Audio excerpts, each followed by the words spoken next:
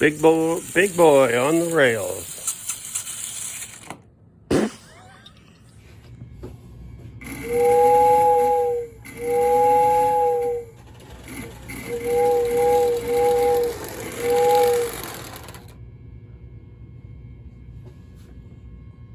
Hello, everybody. Welcome back to Old Frail Decrepit.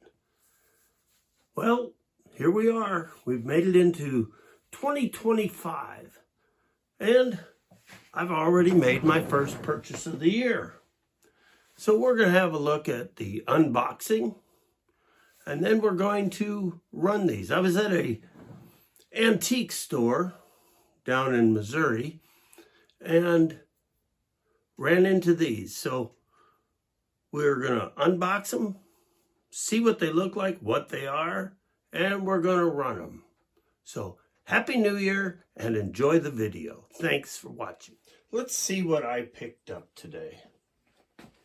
We'll start with this little item. Let me adjust the camera here.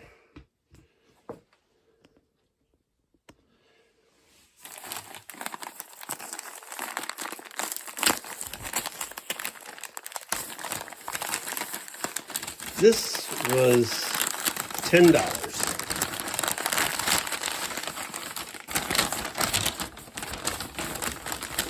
And I think it's funny, they were so careful the way they wrapped it.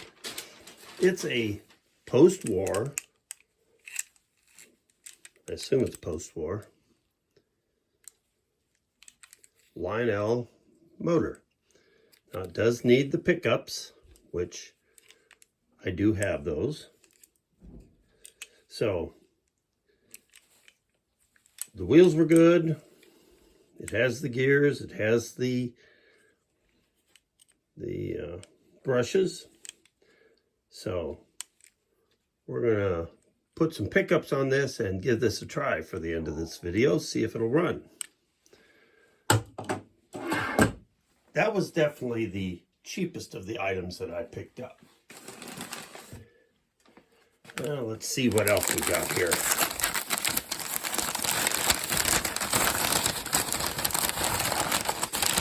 There were several things there at this antique store. Ah, yes. This is a Bing train car, passenger coach. And it has its wheels, even though the trucks are a little loose on it. Well, we'll see what we can do with that. I do have a Bing observation car, so I figured that'll go together. I don't think they're the same color, but they should work together. Oh well, if it wants to lay on its back, I guess it can. Stay there.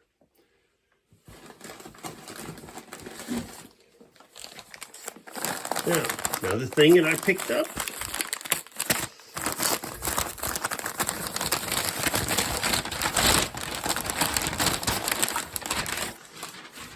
Aha! A Lionel 2682 caboose with the box type couplers. And as I mentioned before, these are some of my favorite pre-war type couplers. So if I decide not to use it, I can always take the trucks and put it on something else. But for the price, I think that was like $13. Now, the three items that are left are kind of a set.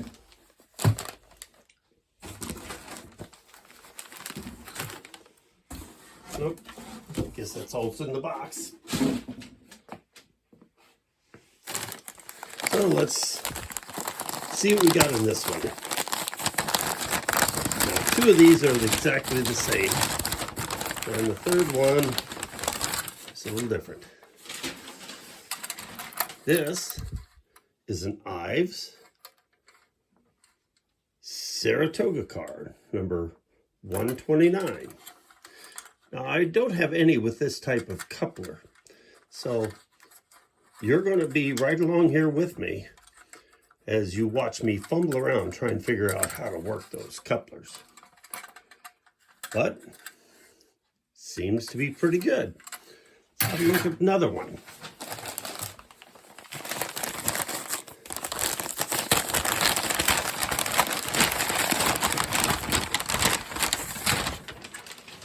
And this one is the buffet car.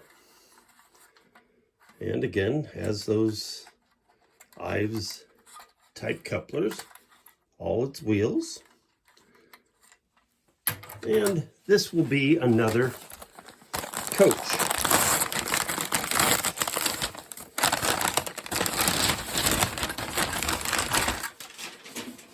And there it is. Now, when I found these there at the antique store, I thought, those are kind of neat. Maybe I should bring those home. But they wanted $62 for them. And I thought, well, do I really want to spend that kind of money? So I walked away and walked all around the store. I did find one other item that I would have been interested in, and it was $100. Then I had to consider, would I be more interested in owning this or the other item that I was looking at?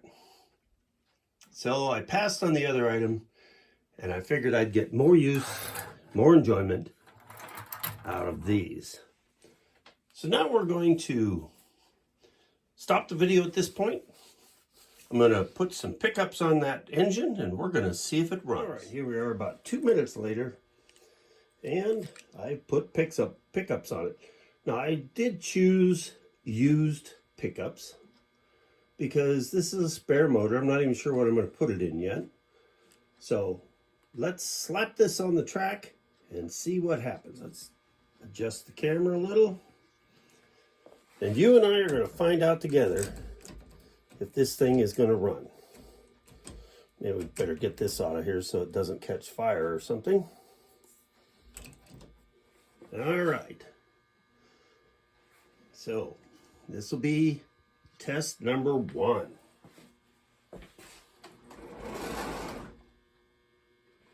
Oh, might help if I... Oh, you know what? I have another train on that track. Better... All right, now we're ready. Test number 2. This time we're putting it on an empty track. Let's see what happens. And nothing.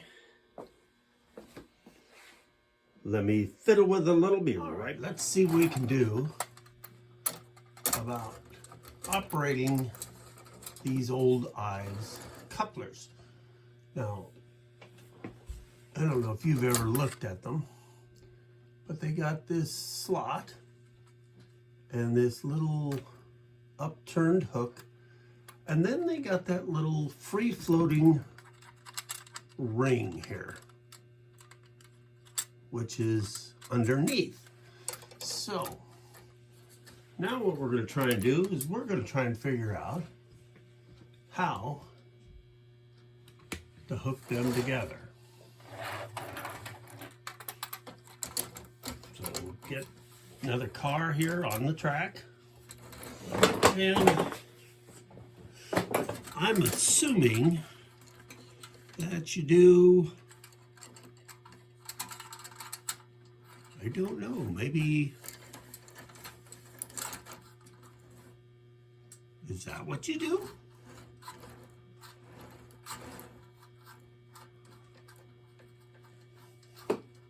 Huh.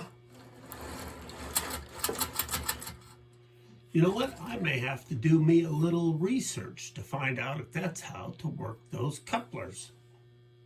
All right, I'm back. And thanks to Gig Eastman and a short little video he made, I know how to work these couplers. Boy, don't I feel stupid. All right. Basically, see this little flipping gate here? Nope, you can't see because my fingers are in there. This little gate here, see this little hook here? It just slides in there and catches on the back side of this gate right here. Or that way if that one ends up on top. So basically, let's see if I can do it with my hands out of the way so you can actually see what's going on.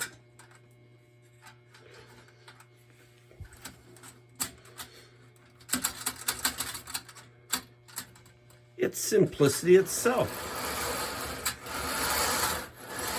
So, now all I got to do is figure out how I'm going to hook a locomotive onto the front. Once again, after making things as just as hard as I could possibly do it, I came up with this idea. I took a Lionel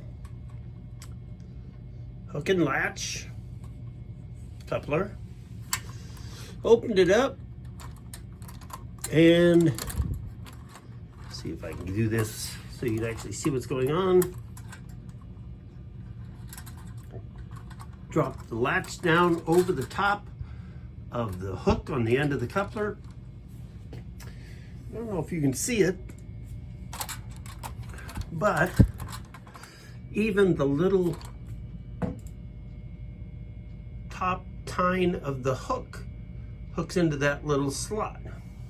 Not very tight, but it does hook in. So now we're going to get a locomotive out and see if it'll actually stay alive. For all of you guys that have already figured this stuff out, it's okay for you to make fun of me. But I have learned something today. So now we're going to go ahead and run this and see if it stays latched all the way around. Here we go.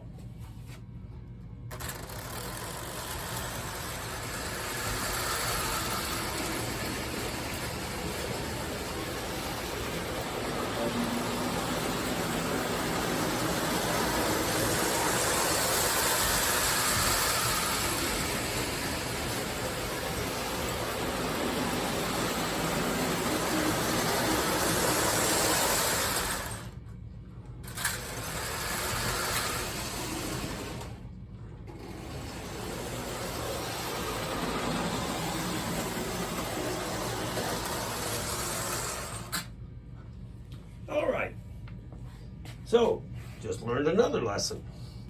This might work better if I used one of those latch type couplers that has a spring on it. So let's see if we can find one of those and get that hooked up. All right, this time I tried a box coupler, and I did find that if you push it too far in, it actually catches farther back in underneath that box, but it doesn't want to come back out. But so we're going to try it here, just caught on the lip of it. So let's see if it makes it all the way around.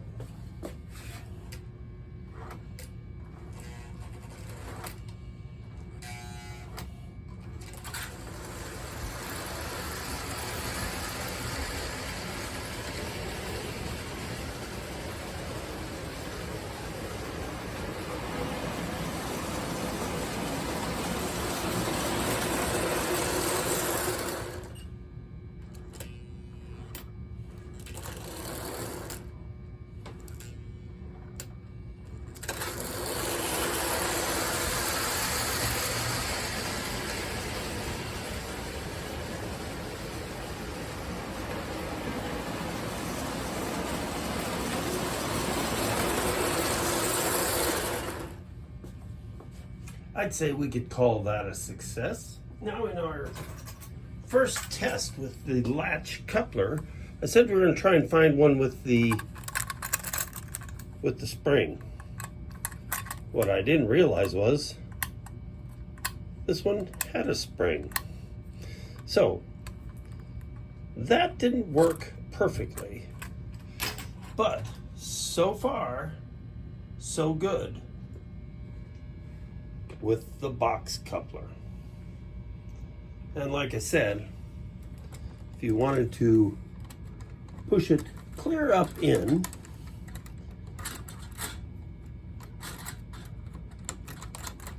well, now it doesn't want to go up in there. Well, let's see now.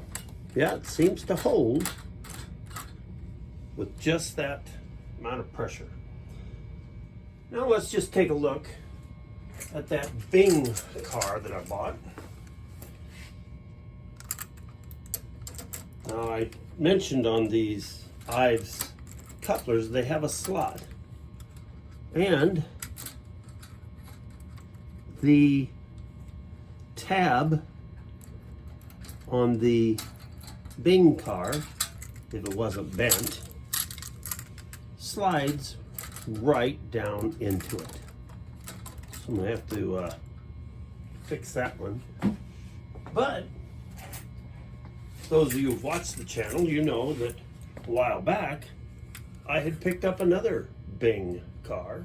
This one, an observation car. So let's just hook that one on here too. And let's run a train.